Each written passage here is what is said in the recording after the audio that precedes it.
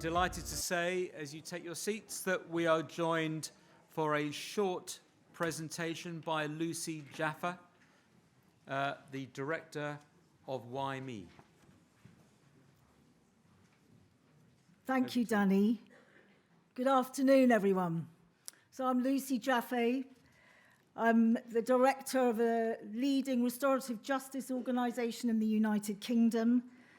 The vision is to make restorative justice available for everyone affected by crime and conflict at their point of need. The organisation is called Why Me, and involved in crime are the least involved in resolution. And what restorative justice does is it brings those people most affected to the heart of the conversation, to come up with a bespoke solution for them, which works for them, through dialogue. So as the director of Why Me, I've witnessed transformative effects of restorative justice for everyone. I'm not just talking about the harmed, the harmer. I'm talking about family members. I'm talking about the drug worker who works really hard to turn that person's life around. I'm talking about police officers being involved, perhaps facilitating, about community members being involved where that is appropriate. So for people like me, and who are most affected, we need answers. We want information. We want to know our options. We don't want people to gatekeep and make decisions for us. We want to be told what restorative justice is and how it works, both as part of a disposal caution and as an independent process running in parallel, not an either-or. We need both. We need it both as a disposal option and running in parallel.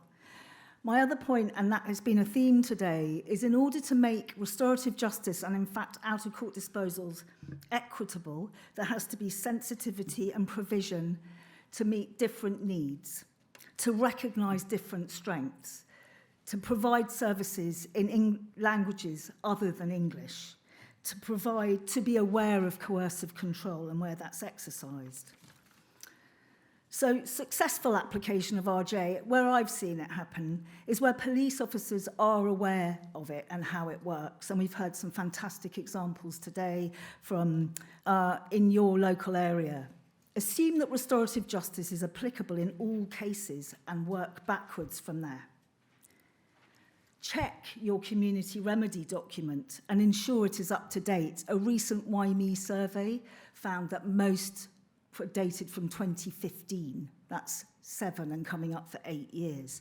And in the new Policing PCSC Act, it has a greater emphasis on community remedy. And we want to see restorative justice in there, very clearly stated how that works. Establish a clear referral process. Data collection, Peter, we need victim data in there too.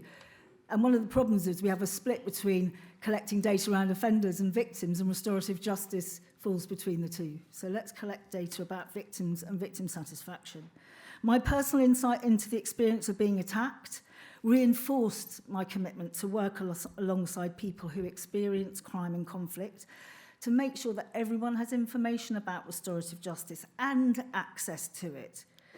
And while the men who attempted to take my bike were never found, and I did not have the opportunity to participate, I have not let this experience deter me from riding my bike, but I will have a different worldview forevermore, and that is the case for every victim of crime. So thank you very much.